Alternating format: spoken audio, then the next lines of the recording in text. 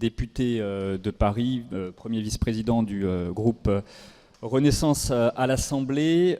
Quelques mots avant de commencer pour vous rappeler que notre rencontre est retransmise sur le portail vidéo de l'Assemblée nationale et qu'un live tweet est assuré par notre ami Stanislas Noyer.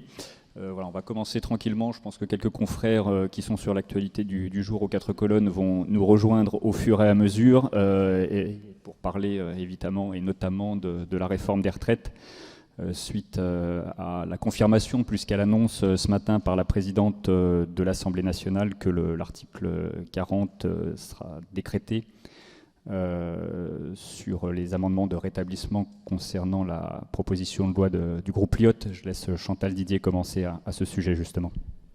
Oui, bonjour. Oui, cette fameuse irrecevabilité des amendements sur l'abrogation de la retraite à 64 ans était un peu attendue. Elle est confirmée. L'opposition crie au déni de démocratie. Est-ce qu'effectivement, c'est la fin de la séparation des pouvoirs entre le législatif et l'exécutif, si tant est qu'elle ait vraiment beaucoup existé sous la Ve République ? Beaucoup de questions. Pardon, merci beaucoup déjà. Je voudrais vraiment vous remercier de m'accueillir. C'est la première fois que je viens ici, donc je suis très heureux. Je vais essayer d'être à la hauteur de cette invitation et essayer de vous répondre de façon la plus claire et la plus technique sur les différentes questions que vous pourrez me poser. Moi, sur l'article 40, vous connaissez ma position, elle a été publique. Je l'ai dit publiquement chez vos confrères et dans mes différentes réunions de groupe. Pour moi, cette PPL est article 40. Globalement, elle n'aurait pas dû arriver ne serait-ce qu'en commission. Voilà, je pense que nous changeons de nature, de régime, si chaque député peut émettre au fond n'importe quelle PPL sans avoir la responsabilité derrière du financement. Je vous donne juste un exemple. Si on fait une PPL sur un sujet qui va nous emporter tous sur... on met 50 milliards sur la recherche sur des cancers pédiatriques, par exemple. Vous voyez bien que tout le monde va la voter. Forcément, on sera évidemment pris, oui, c'est important. Si on met 200 milliards sur le ferroviaire en disant il faut absolument 200 milliards, 300 milliards, 500 milliards. Si vous votez contre, vous êtes contre les voies de chemin de fer. Si vous êtes contre, et donc au fond, ce sera un vote qui sera impossible à porter. Donc moi, je pense que ce système a été conçu au moment où il y avait un groupe majoritaire et un groupe minoritaire, et qui ne peut plus s'appliquer sur cette sorte de tolérance, au fond, en disant les groupes minoritaires peuvent faire ce qu'ils veulent, de toute façon la majorité va, entre guillemets, nettoyer les PPL. C'est plus le cas, nous ne sommes plus majoritaires, on a une majorité relative, et donc je crois qu'il faut revenir à l'écriture même de la Constitution. Donc il y a des articles 40, moi j'ai plein d'amendements, vous connaissez, je crois qu'on est à 3000 amendements depuis le début de la mandature, donc moins d'un an, qui ont été article 40, donc on connaît bien ce fait, pourquoi les amendements seraient article 40 et pas les propositions de loi. Enfin, donc je suis très très à l'aise dans mes baskets pour vous dire que heureusement que Yael Braun-Pivet a appliqué l'article 40. Vous avez parlé même d'arnaque à propos de l'initiative du groupe Lyotte. Pourquoi cette arnaque alors ? C'est très simple, on sait que ça n'ira jamais jusqu'au bout. On sait que non seulement elle n'est pas constitutionnelle, pardon, et que le Sénat la votera jamais. Donc qu'est-ce qu'on veut faire ? En fait, on veut dire, on veut envoyer un signal politique, c'est un coup de com' politique, en disant, regardez, l'Assemblée nationale a voté contre une loi que nous venons de promulguer juste avant, et qu'au fond, de jouer une sorte de population de peuple, comme ils aiment à dire, face à une représentation qui a été démocratiquement élue il y a quelques mois. Donc pour moi c'est une arnaque, c'est un coup de com', c'est-à-dire transformer l'Assemblée nationale en théâtre. Moi je ne viens pas pour faire du théâtre, je ne suis pas acteur de théâtre, on vient pour essayer d'améliorer la vie de nos concitoyens. Je crois qu'il faut rester dans ce cadre-là, sinon on va continuer à tomber. C'est-à-dire que le spectacle qu'on offre en permanence dans cet hémicycle à hurler, à brailler, va continuer à faire en sorte qu'une partie de nos concitoyens se disent qu'on n'est pas à la hauteur. Donc je pense que ce texte n'est pas à la hauteur de ce qu'est l'Assemblée nationale. Est-ce que vous espérez que la journée de demain, avec l'examen, on verra comment ça se passe de ce texte du groupe Lyot, est-ce qu'il sera discuté dans son intégralité ou pas? Est-ce que vous espérez que ça permettra enfin de tourner la page de la réforme des retraites? La France Insoumise, notamment, ce matin, annonce déjà son intention de déposer une motion de censure. Le groupe Lyot y réfléchit. On a un peu l'impression que c'est un peu l'histoire sans fin. Je pense que c'est l'histoire sans fin pour eux. Parce qu'en fait, dès que vous êtes sur le terrain, personne ne vous parle de ça. On parle d'autre chose, hein, mais personne ne vous en parle. Et je peux vous dire qu'il n'y a pas que le député de Paris que je suis, tous les autres, et ça fait bien longtemps que c'est le cas. Certains de vos confrères aux 4 colonnes m'expliquaient que mais non, c'est pas possible. Ils sont venus avec moi faire du tractage, ont bien pu se rendre compte que nous n'étions pas du tout interpellés là-dessus, et depuis bien longtemps. Donc, est-ce que les Français apprécient cette réforme? Non. Est-ce que c'est le sujet de conversation, l'hystérisation comme on l'a vu? Non plus. Donc je crois que tout simplement ils ont compris qu'il faut travailler un peu plus, que c'est pas agréable, mais je comprends. Si on m'avait posé la question, j'aurais sûrement dit bah non, je préfère pas. Mais qu'au fond, on n'a pas d'autre solution pour financer notre modèle social. Donc après, LFI, la CGT, vous savez, quand ils font les casserolades à chacun d'entre nous, à 3, 4, 5, c'est toujours les mêmes qui se baladent. À un moment, voilà, on voit bien que ça ne répond plus à rien. Donc, en réalité, cette réforme des retraites, elle est derrière nous. Je dis très clairement, elle est derrière nous depuis un bon bout de temps. Elle a été promulguée. Elle n'est pas populaire et elle restera impopulaire comme celle auparavant et personne ne reviendra jamais dessus. Je vous fais le pari, dans 3 ans, dans 4 ans, une alternance, personne ne reviendra jamais dessus. Parce que c'est très simple, c'est un problème démographique. Si on veut garder le même niveau de pension, il nous faut travailler un peu plus comme l'ont fait nos voisins allemands, italiens, espagnols, anglais, enfin tout le monde. C'est ainsi. Nous avons un sujet démographique. Donc je crois qu'il y a quand même un moment où je crois qu'il y a une vraie différence entre ce que entre nous, c'est-à-dire les politiques et les médias, et sur le terrain où on n'est pas interpellé. Moi, je suis interpellé par Parcoursup, par exemple. La semaine dernière, c'est beaucoup. Le fait que vous ne soyez pas interpellé, c'est un peu le constat que vous faites, le constat d'une forme de résignation. Est-ce que ça vous rassure ou est-ce que ça vous inquiète avec le risque que ce mécontentement ressurgisse dans les urnes lors de prochaines élections?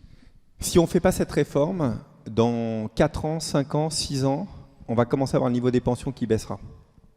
Ça va aller très vite. Et là, vous aurez vraiment des manifestations, peut-être des révoltes, parce que les gens seront vraiment chauffés à blanc, parce qu'on attaquera profondément le moyen de subsistance. Quand même, les niveaux de pension et de retraite sont assez faibles en France. Enfin, une partie d'entre eux sont assez faibles. Le fait qu'on puisse les revaloriser, qu'on puisse accompagner les carrières longues, je crois que c'est quelque chose qui est de nature à trouver un équilibre. Je note quand même qu'une fois qu'on est sorti du 64 ans, parce qu'au fond, une fois qu'on est 64 ans, c'était l'arme atomique, on a parlé de plus d'autres choses, certains reviennent en disant bah, attendez, ça c'est effectivement on n'avait pas vu, ça c'est quand même un peu plus favorable. Et les textes dont peut-être nous parlerons tout à l'heure, qui arrivent sur le travail, sur l'emploi des seniors, sur le partage de la valeur, je crois moi correspondent bien à ce qu'on a entendu dans les manifestations. Anita? Oui. Monsieur Meyer, vous avez dit que le système des PPL était conçu quand il y avait une majorité et une minorité. Ça veut dire que le système institutionnel ne fonctionne pas. Alors, la tolérance à l'article 40 a été acceptée, devient une sorte de jurisprudence, parce qu'il y avait une majorité et une minorité. Parce qu'au fond, on s'est dit, laissons un peu la minorité avoir du temps d'expression, et qu'au fond, la majorité votera en fonction de, entre guillemets, l'article 40. Ce n'est plus le cas. Nous n'avons plus de majorité. On a une majorité relative. Et donc le système de tolérance, en fait, ne peut plus fonctionner. Donc je crois qu'il faut revenir à l'article 40. Non, mais ça peut être un débat.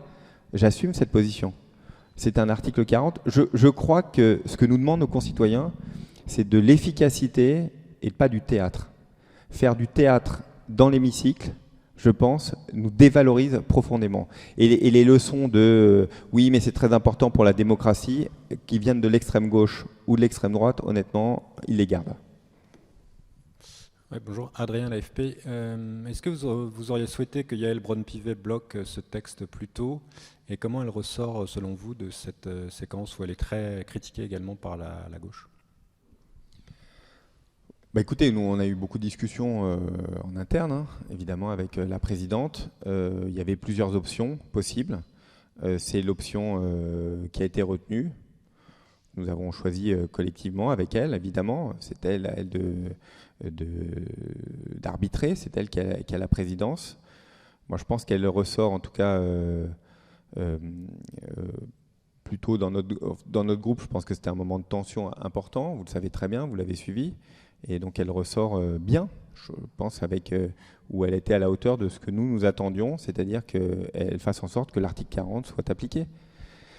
Que la gauche n'apprécie pas la présidente de l'Assemblée nationale, elle l'appréciera que si elle va dans le sens qu'il le souhaite. Donc voilà, je ne pense pas qu'il y a pas de... Elle doit avoir une présidence qui doit assurer la Constitution, la continuité de l'organisation de l'Assemblée nationale.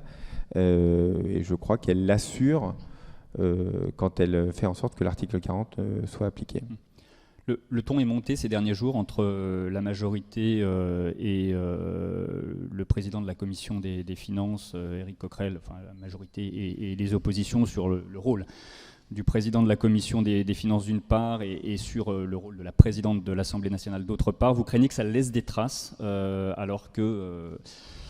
Depuis 2008, la présidence de la commission des finances est dévolue à un groupe d'opposition. Est-ce que vous craignez que dans les semaines, les mois à venir, sur la suite du quinquennat, ça complique les choses en matière de recevabilité financière, mais pas seulement? Le problème, il n'est pas que la commission des finances soit occupée par l'opposition. Le problème, c'est Éric Coquerel, très clairement. La façon dont il exerce sa présidence depuis 9 mois maintenant, nous fait penser que ce n'est pas une présidence impartiale, ou à peu près impartiale, c'est une présidence militante. On a un nombre encore d'interprétations d'article 45, article 40, qui montrent vraiment qu'il choisit ses débats. Hein. Il choisit lui-même ce qu'il accepte ou ce qu'il n'accepte pas. Donc, nous, la question est très clairement posée sur est-il à la hauteur de la présidence Éric Coquerel, la présidence de la commission des finances. C'est une question ouverte. Est-ce que dans une assemblée avec une majorité relative, l'interprétation des uns et des autres risque pas, au fil du temps, effectivement, de devenir problématique? Certains font remarquer que l'article 40 aurait pu jouer notamment sur la proposition de loi concernant le bien vieillir. On a l'impression que chacun se renvoie un petit peu la balle avec des querelles d'interprétation concernant alors, soit l'article 40, soit, on l'a vu ces derniers mois, d'autres articles de la Constitution, le règlement de l'Assemblée nationale. Est-ce que ça vous inquiète sur le fonctionnement des institutions en général et de l'Assemblée en particulier, encore une fois pour la suite de la législature? Charles de Courson hier menaçait, pas sûr que ce soit possible, mais de bloquer l'Assemblée nationale si la proposition de loi du groupe Lyot n'était pas mise aux voix. Depuis que je fais appel à ma mémoire, il faudra juste vérifier, mais je crois que Yael Braun-Pivet a dû intervenir sur 136 amendements et que Éric Coquerel avait laissé passer, qu'ils étaient article 40 depuis le début de la mandature.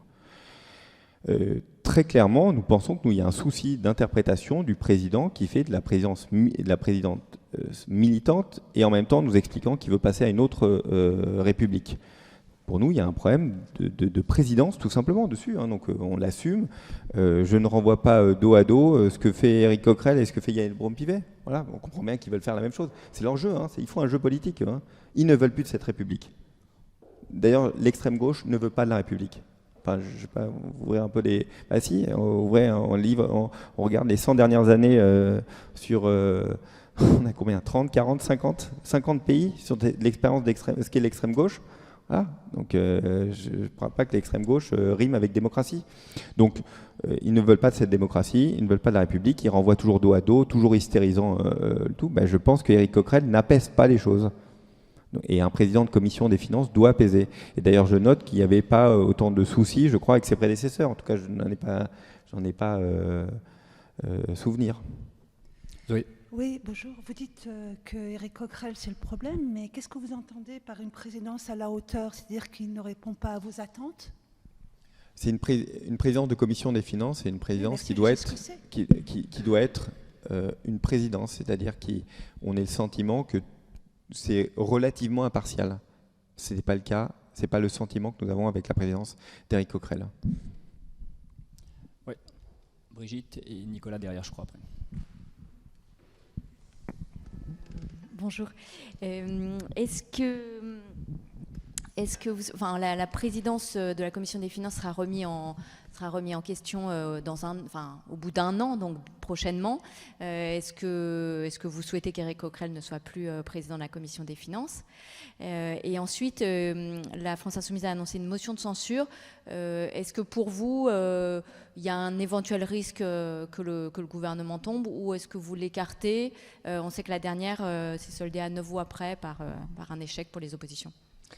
La question sur le renouvellement d'Éric Coquerel, c'est une question ouverte, très clairement, question ouverte. Deuxième, tout en sachant que ça doit être un groupe d'opposition. Et ça, jamais nous revenons sur le principe que ça doit être un groupe d'opposition. Mais la personne même d'Éric Coquerel, c'est une question ouverte. Pardon? Au premier groupe d'opposition. Elle doit revenir à l'opposition. Sur la deuxième question, sur la motion de censure, non, je comprends bien qu'ils veulent feuilletonner. Hein. Ils ont quand même fait une manifestation hier qui était compliquée. Ils voient bien qu'eux, ils sont à bout de souffle et qu'il faut essayer de faire vivre cette hystérisation tout le temps. Donc on aura après demain l'annonce d'une motion de censure et puis ils essayent de feuilletonner. Mais je pense sincèrement que les Français sont passés à autre chose. Oui, Stanislas. Pas facile de faire les tweets et de poser les questions en même temps. Bonjour. Oui, vous dites que vous mettez beaucoup en cause Éric Coquerel. Il y a quand même eu le fait que cette proposition de loi a été validée, a été jugée recevable par le bureau. Et au bureau, d'ailleurs, je crois que les personnes chargées de cette recevabilité, il y avait un député Renaissance et un député Liot, d'ailleurs. Donc il y a aussi eu là, peut-être, un petit problème de filtre. Elles sont toutes automatiquement, vous regardez, il y en a 800 qui ont été prises, je crois, depuis le début de la mandature. Elles sont toutes, s'il n'y a pas de caractère ostentatoire, enfin de choses qui sont contraires à notre règlement, elles sont automatiquement reçues. On ne regarde pas dans le détail de ce qui est à l'intérieur y compris si elle est extrêmement mal écrite, elles sont de toute façon reçues. C'est un bureau d'enregistrement, c'est pas un bureau, une étude avec un travail extrêmement fourni dessus. Donc je pense que c'est un argument qui n'est pas recevable. Je comprends bien qu'il a été utilisé, mais c'est pas recevable.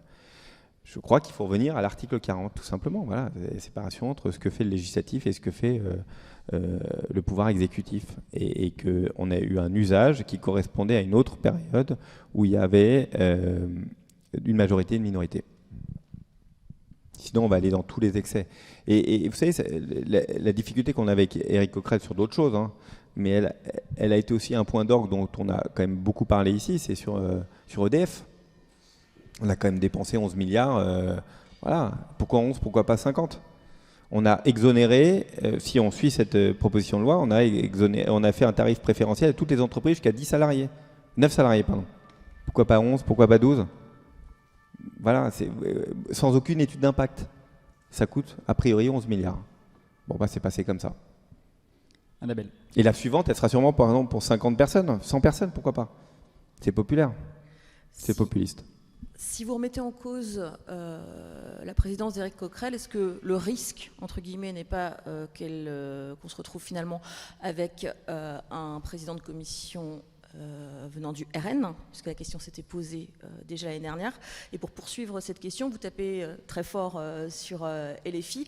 Qu'en est-il de la task force anti-RN qui avait été annoncée fin avril? Est-ce que, par exemple, des députés ont été désignés dans les commissions, comme c'était annoncé? Sur la deuxième question, oui, on organise ça autour de ma collègue Laure Miller.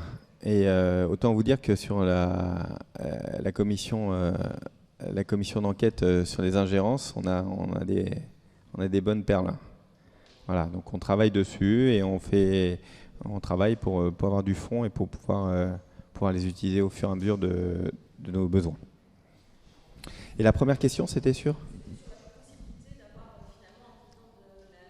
Oui, bah voilà, c'est pour ça que je vous dis, ce sera un renouvellement au mois d'octobre. Je vous dis, la question d'Éric Coquerel est ouverte. Le reste n'est pas tranché. Enfin, voilà, on n'est pas encore là-dessus, mais je le dis très clairement, la question est ouverte. Puisque vous l'évoquez à l'instant, il y a eu une polémique la semaine dernière et qui a rebondi hier lors des questions au gouvernement sur la commission d'enquête justement sur les ingérences. Qui avait été demandé par le Rassemblement national avec l'objectif avoué de lever un certain nombre de soupçons, notamment concernant ses relations avec la Russie. Le rapport dont on attend la présentation officielle cette semaine parle de courroie de transmission, rapport rédigé par Constance Le Grip, députée Renaissance. La semaine dernière, Jean-Philippe Tanguy, le président de la commission, et Marine Le Pen ont dénoncé un procès politique. Je ne sais pas si vous avez eu l'occasion de vous pencher un petit peu précisément, puisqu'il est consultable par les députés sur ce rapport. Est-ce que vous considérez que ce rapport a effectivement, cette commission d'enquête a effectivement permis de prouver, de démontrer que le Rassemblement national était d'une façon ou d'une autre une courroie de transmission, comme c'est écrit, de la Russie en France ? Sur le fond et sur la forme. Sur la forme, ils ont voulu, c'est l'arroseur arrosé, ils ont voulu, entre guillemets, comme ils ont dit, laver leur honneur. Et bon, on s'aperçoit qu'ils sont une courroie de transmission de Vladimir Poutine en France. Très clairement, et on ne peut pas parler du rapport avant le 8, donc demain. Et donc je pense que Jean-Philippe Tanguy est en grande difficulté dans son parti, puisque c'est lui qui a été l'initiateur, c'est lui qui a demandé la présidence. Et oui, il y a une présidence et un rapporteur. Donc voilà, il faut aussi apprendre du travail législatif. Sur la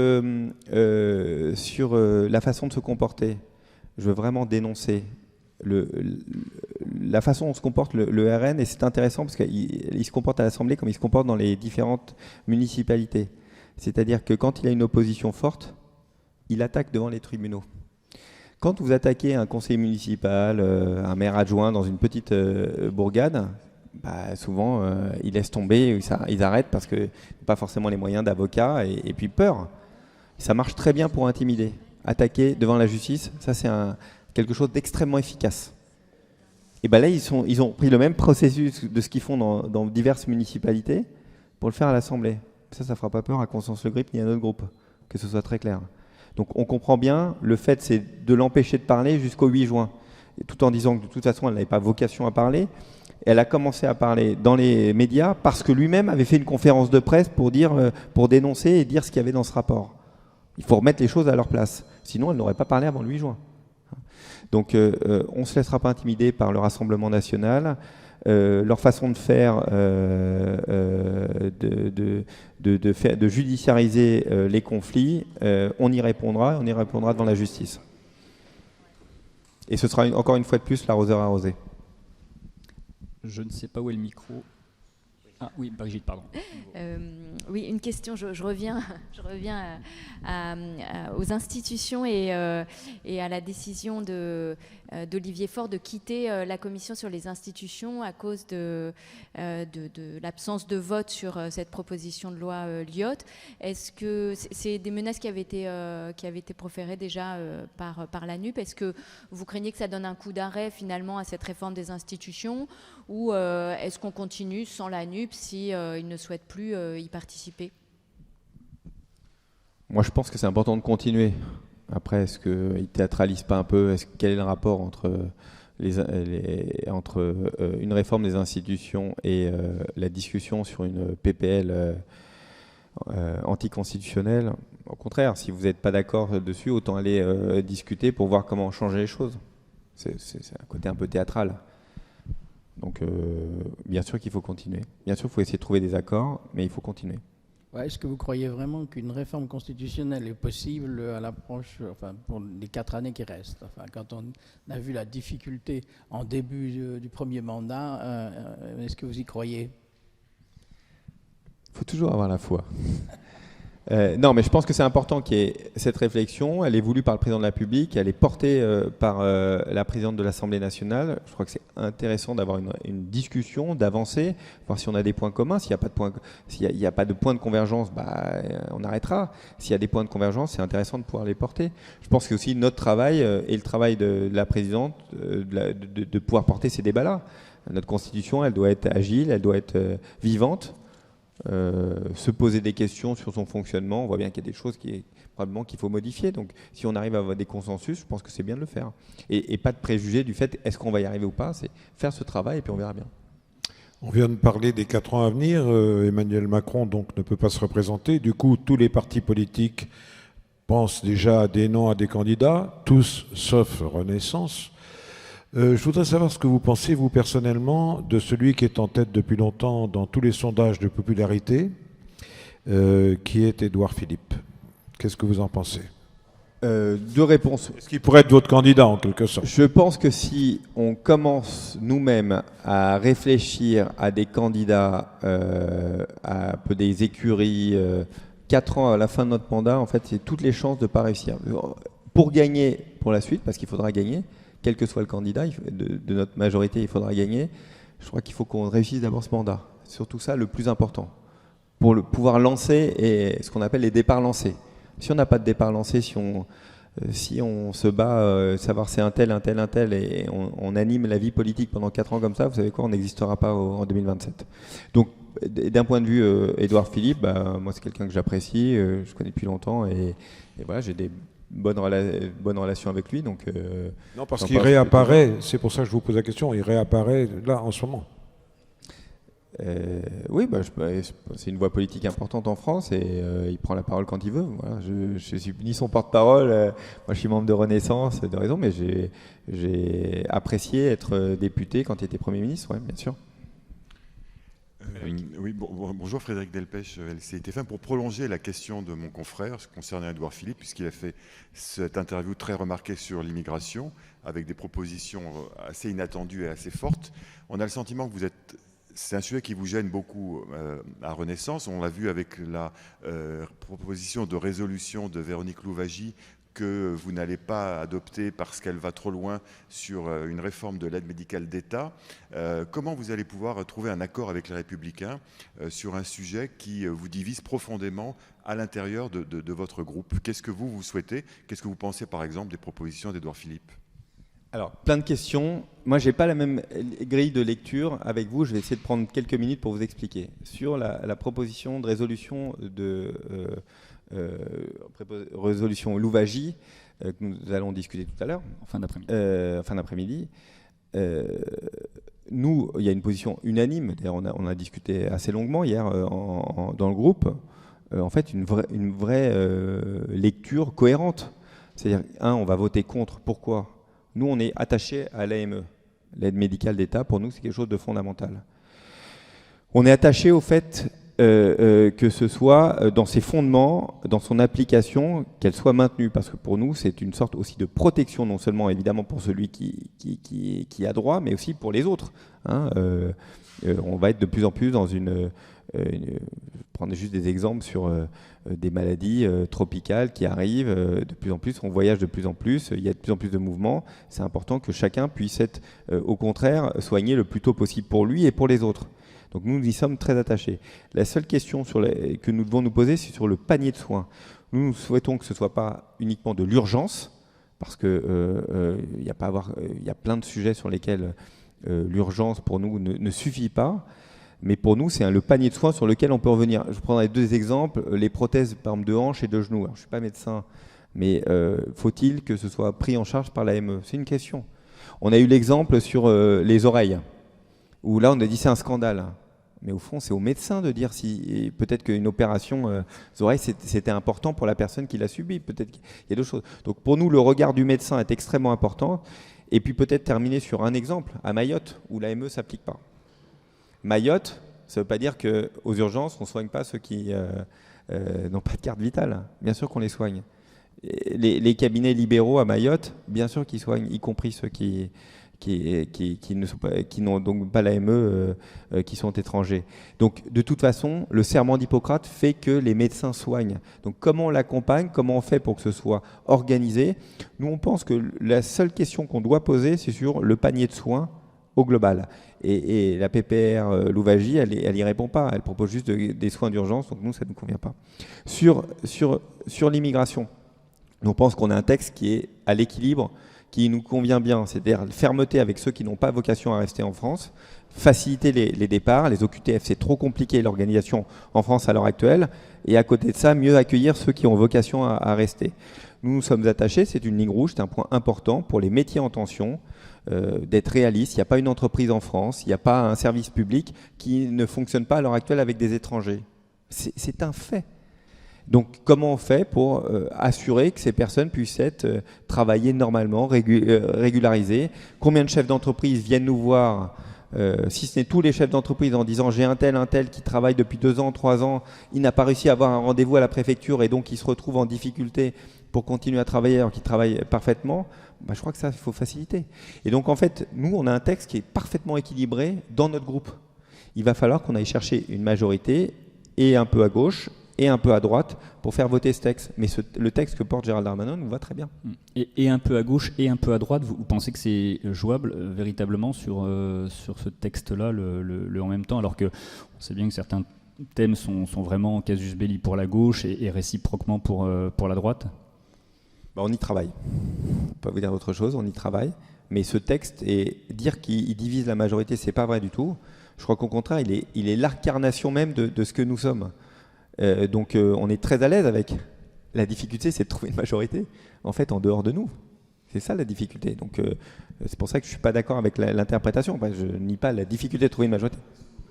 Et sur la proposition de Louwagie, pareil, on votera contre. On votera contre pour les raisons dont je viens de vous parler. Mais nous, il n'y a pas de totem, on peut parler de l'AME. Mais nous, on est pour le principe. On est par contre pour une discussion sur le panier de soins. Et on n'est absolument pas pour revenir que des soins d'urgence. Pour nous, c'est manquer aussi à la promesse du serment d'Hippocrate. Et surtout, je pense que je parle d'Hippocrate, mais c'est aussi quelque part d'être un peu hypocrite, puisque les gens seront de toute façon soignés. Voilà, c'est comme ça. Un médecin en France, il soigne, et tant mieux. Oui, Adrien Canan, l'AFP, je reviens 2 secondes sur les ingérences étrangères. Vous avez dit arroseur arrosé en matière judiciaire aussi. Est-ce qu'il va bien y avoir une attaque de votre camp contre Marine Le Pen, peut-être pour un parjure ou quelque chose comme ça? Est-ce que c'est ça qui est dans les tuyaux et quel est le calendrier? Vous êtes bien informé. Non, on regarde évidemment, il peut y avoir des discussions chez nous. À titre personnel, moi je suis pas du tout pour la judiciarisation de la vie politique. Je pense que c'est une intimidation extrêmement forte. Donc, à titre personnel, je regarde toujours avec plutôt... je m'écarte toujours de cette solution, de ces solutions-là. Donc, voilà, il y a des discussions chez nous. On verra. Et pour l'arroseur arrosé, oui, je pense que c'est le terme exact. Les commissions d'enquête, c'est des vraies commissions d'enquête et ça travaille vraiment, ils ont vraiment travaillé. Donc quand on travaille, on arrive à des résultats. François Gervais, Horizon Politique. Ce matin, une étude économique laisse entendre ou précise que les ultra-riches payent moins d'impôts que la classe moyenne et les riches. Est-ce que vous pensez qu'il y a quelque chose à prendre là-dedans ou à proposer? Oui, alors déjà, on est le pays quand même le plus fiscalisé à part le Danemark dans l'OCDE. Donc l'idée d'augmenter les impôts chez nous n'existe pas. Nous voulons baisser les impôts, c'est notre politique. Nous, plus on baisse les impôts, plus on collecte des impôts. Vous regardez, ne serait-ce que sur l'impôt des sociétés, c'est assez spectaculaire. Plus on le baisse, on est passé de 33 à 25, on n'a jamais eu de telle rentrée fiscale. Donc la difficulté que montre dans cet article et ce rapport, on parle de, je crois, 400 familles. Donc avec un système de montage, souvent en Europe d'ailleurs. Hein. Donc, je pense que c'est intéressant de s'y pencher, de regarder quelles sont ces sortes d'optimisation et ce qu'on peut faire dessus. Je pense qu'il ne faut pas aller au-delà, en tout cas au-delà des, enfin ils disent 400 familles, je ne sais pas exactement le nombre, mais que certains s'exonèrent, optimisent, ça pose évidemment des questions. Dire que la réponse est de faire un énième ISF pour tout le monde, bah non. Oui, Annabelle. Je reviens sur le projet de loi immigration, pardon pour tous ces ping-pong. Quel est votre rôle à vous, groupe majorité relative, dans les discussions? Quand vous dites il faut aller chercher une majorité un peu à droite, à gauche, vous, quel est le rôle qui vous a peut-être été donné par le ministre de l'Intérieur? L'idée, c'est de regarder quels seraient les députés intéressés, enfin, ou qui seraient prêts à travailler pour pouvoir voter au final ce texte. Donc c'est très concret en fait. C'est de regarder si on arrive à dégager une majorité ici. Ouais, enfin vous connaissez notre vie ici, quoi. Donc voilà, on discute, on avance, on regarde ce qui est possible, ce qui n'est pas possible. Voilà, c'est notre travail. Pour vous, il y a des lignes rouges, notamment ce que demandent les Républicains concernant les règles européennes, ça, typiquement Très clairement, c'est une ligne rouge. Surtout qu'on pense que c'est impossible à mettre en œuvre. Donc nous, ce qu'on veut, c'est de l'efficacité. Ce que nous demandent les Français, c'est de l'efficacité. Comment on fait pour faire en sorte que ceux qui n'ont pas vocation à rester en France puissent repartir? C'est pour ça, pour nous, le ministre de l'Intérieur, quand il va négocier avec le Maroc, avec l'Algérie, quand il va dans les différents pays subsahariens pour essayer de trouver des solutions pour prendre les OQTF, c'est très pragmatique. Il n'y a pas forcément besoin de loi, il y a juste faire entendre que ça doit fonctionner, qu'il y a un rapport, une bonne relation, ça doit aussi fonctionner dans un sens et dans l'autre. Les ressentissants peuvent venir, mais par contre, ceux qui n'ont pas vocation à venir doivent repartir. Donc ça, c'est de façon très efficace. Ensuite, inventer ou revenir sur la Constitution, sur des choses extrêmement compliquées à mettre en œuvre, et qui, au fond, pour nous, sont plutôt... sont pas au cœur de ce que nous voulons porter, et rompre l'équilibre que nous avons trouvé et qui nous correspond sur cette loi Darmanin, ce sera non. Brigitte. Le 14 juillet, on sera au terme des 100 jours définis par le président de la République. Au terme de ces 100 jours, Elisabeth Borne était censée avoir essayé de resserrer les liens, en tout cas pour élargir la majorité. Aujourd'hui, ce n'est pas tout à fait le cas. Est-ce que vous pensez que d'ici au 14 juillet, il peut y avoir un remaniement et quelle en serait l'ampleur? Et est-ce que ce serait nécessaire pour redonner un peu d'élan aussi à la majorité? C'est toujours difficile. Vous savez, pour moi, l'équipe gouvernementale, c'est une équipe avec un chef d'équipe et c'est lui qui compose son équipe en fonction du programme qu'il veut porter. Et c'est très important que ce soit l'Élysée qui choisisse les équipiers, les ministres, qui veulent emmener. C'est comme tout chef d'entreprise, vous choisissez votre équipe et c'est vous qui êtes responsable de ça. Donc c'est pas à moi de commenter sur il faudrait mieux, ceci, cela. Donc ça, vous me verrez jamais là-dessus. Moi, mon rôle, il est d'accompagner le gouvernement, de constater le fait que les députés Renaissance, j'ai l'honneur d'être un des vice-présidents, puissent travailler en bonne intelligence avec les ministres, faire avancer les propositions de loi, faire avancer les amendements, faire avancer les idées. Je note qu'il y a un vrai soutien pour Elisabeth Borne, qui ne s'est jamais démentie. Elle est appréciée, je l'ai déjà dit, redit en interne, c'est facile de travailler avec elle. Elle sait arbitrer et quand les arbitrages ne nous conviennent pas, elle sait nous les expliquer, ce qui est extrêmement important pour nous. Voilà. Donc ensuite, c'est au président de la République de choisir et le moment et l'équipe qui veut, qu'il souhaite. Et nous, on travaillera de toute façon avec cette équipe-là en loyauté absolue, comme on l'a toujours fait. Sur les 100 jours, je crois que c'est un moment important. Il y a eu quelques marqueurs qui ont été mis. Je pense, ça paraît, on est vraiment encore interpellé. Juste avant de venir vous voir, j'étais encore interpellé sur des passeports. Je pense que c'est des sujets hyper importants. Il y a quelques sujets, Parcoursup, des stress de chacun d'entre nous, parents d'élèves pour les Parcoursup, pour les passeports si vous partez en voyage ou en vacances. C'est comment on fait concrètement pour améliorer. Là, il y a une vraie, il y a plein de difficultés qui ont été soulevées. on est en train de les résorber, et y a-t-il une amélioration là-dessus? Je pense que c'est important. Et Elisabeth Borne, quand le président de la République lui est parti sur les 100 jours, faut se rappeler la situation dans laquelle nous étions. On voit bien qu'il y a un vrai apaisement, y compris avec les syndicats. Ils reviennent à la table de négociation. On a des beaux textes devant nous que chacun d'entre nous veut porter. Et, je vois un gouvernement plutôt au travail. Donc, encore une fois, le président de la République choisira. Et c'est bien ainsi. L'objectif des 100 jours, d'une certaine façon, c'était d'essayer de tourner la page de la réforme des retraites, même si on voit que c'est encore un petit peu compliqué avec la proposition de loi qui sera examinée demain, l'éventuelle motion de censure, etc. La question, c'est comment est-ce qu'il reste 4 ans au quinquennat, à la législature, comment est-ce que vous retrouvez du souffle, si c'est nécessaire?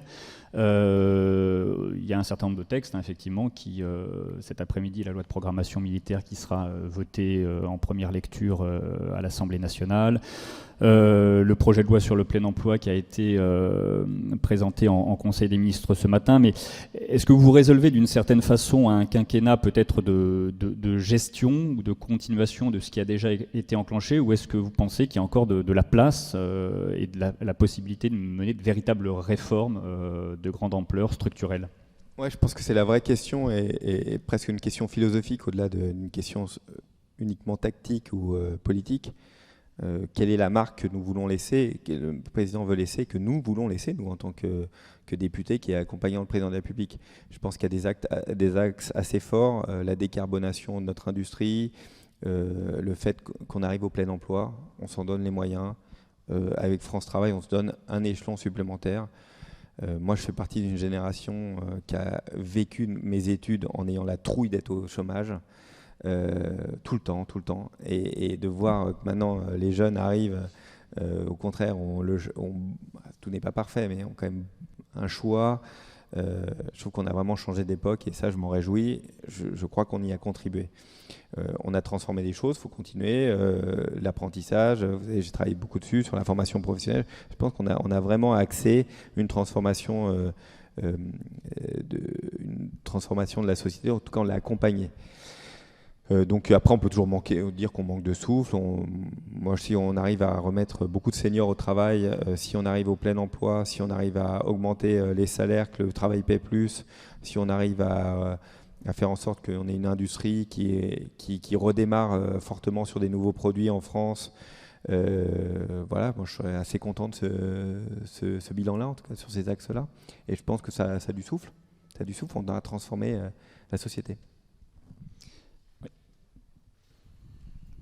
Oui, sur le logement, il y a une déception assez générale du secteur après les annonces récentes du gouvernement et les conclusions du Conseil national de la refondation. Est-ce que pour vous c'est une bombe sociale qui arrive, comme le disent les oppositions? Et est-ce qu'il ne faut pas faire quelque chose d'urgence sur cette question pour relancer la construction? Je ne sais pas si une bombe sociale, mais c'est un point extrêmement important. Donc il nous faut qu'on soit à la hauteur du défi qui est le nôtre, avec plein de planètes qui s'alignent dans le logement et qui sont des planètes contraires. La hausse des taux d'intérêt, parce qu'on dit toujours l'acheteur ne peut plus acheter, mais enfin celui qui produit plus cher aussi. Donc non seulement la production du logement devient plus chère, mais en plus celui qui achète a moins d'argent. Donc cette augmentation des taux extrêmement brutale, elle est aussi déstabilisateur à court terme sur le logement. Je pense que les réponses qu'a pu apporter le ministre sur le PTZ, la première ministre et le ministre sur le PTZ, sur l'accompagnement, l'accompagnement y compris fiscal, moi me semble correspondre à ce qu'il faut à court terme. Après moyen et long terme, je crois qu'il va falloir qu'on puisse réfléchir, y compris, il y en a plusieurs pistes, y compris sur des points qui ne sont pas tranchés. Moi je porte avec bon nombre de députés l'idée qu'il faut inverser la fiscalité, faire en sorte que les terrains constructibles qui ne sont pas construits au fond devraient être taxés, plutôt que l'inverse où un terrain constructible que vous gardez au-delà de 22 ans en fait, est exonéré de plus-value. Donc je pense qu'en fait votre intérêt n'est pas forcément de construire quand vous avez un terrain constructible. Les terrains constructibles vont être de plus en plus rares puisque nous avons voté des lois ici de zéro artificialisation, donc les terrains constructibles doivent être construits.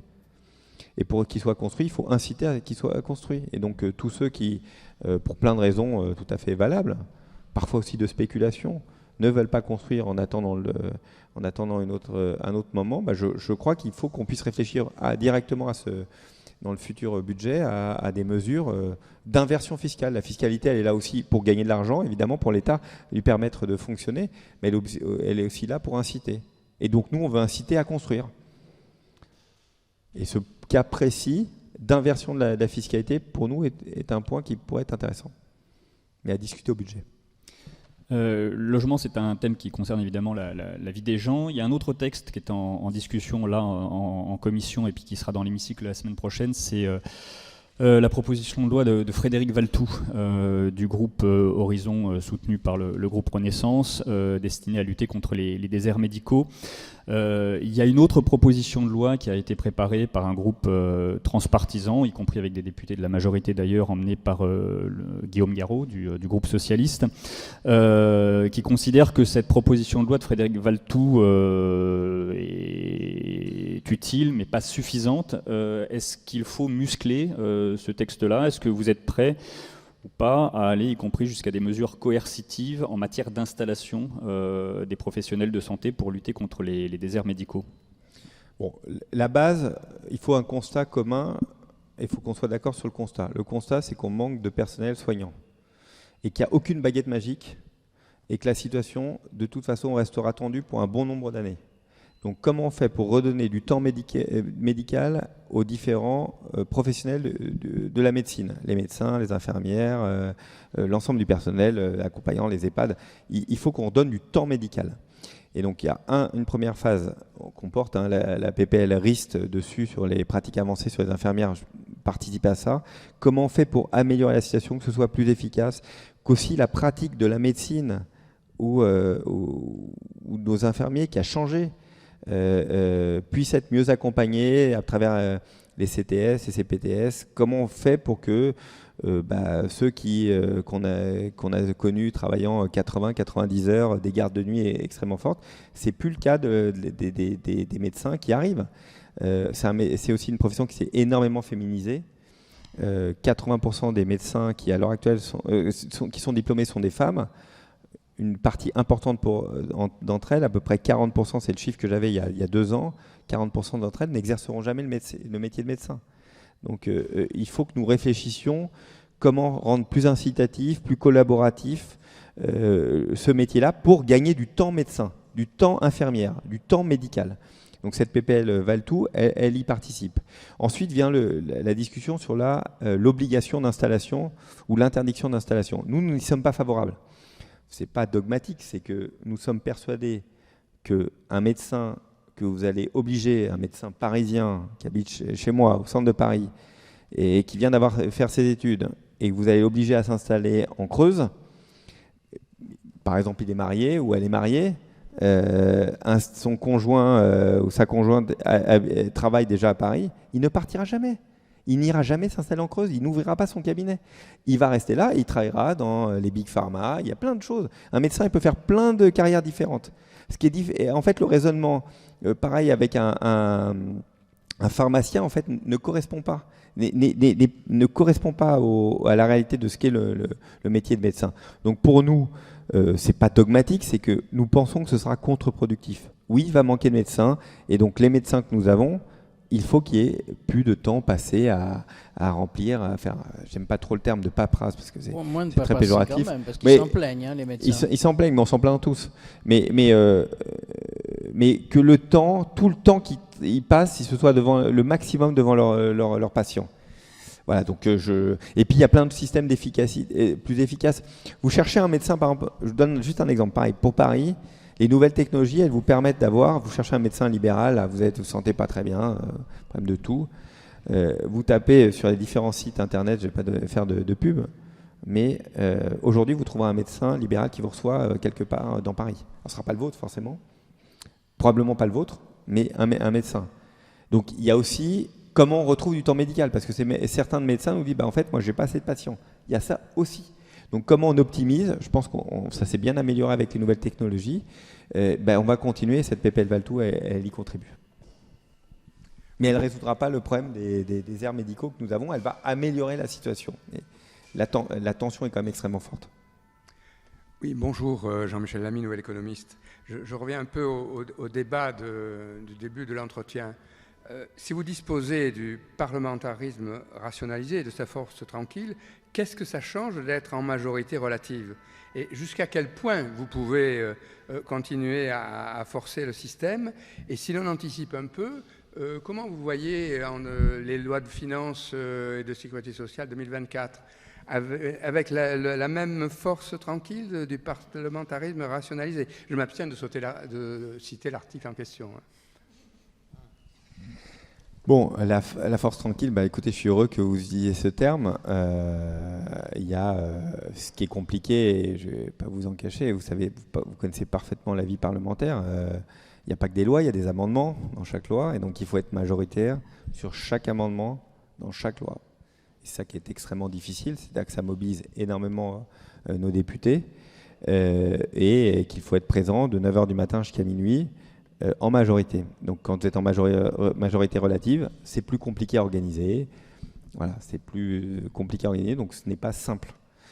C'est pas uniquement le vote des lois où il faut là une majorité dont on parle tout le temps et on parle largement dans les médias. Vous connaissez parfaitement la situation, c'est d'être majoritaire de 9h du matin jusqu'à minuit. Donc les Français ont choisi cette situation. Évidemment, on s'y plie, mais c'est pas confortable. Très clairement. C'est pas très confortable à vivre au quotidien. La deuxième question sur le budget. Écoutez, 49.3 ou pas 49.3 quoi, pour écoutez, je vais pas venir. On va tout faire pour évidemment éviter le 49.3. Voilà. Après, le vote budgétaire traditionnellement est un vote politique. Donc avant d'être un vote technique. Donc voilà. Je sais pas trop quoi vous répondre. On va tout faire pour essayer d'éviter, mais à l'impossible, nul n'est tenu. Y compris le député de la majorité.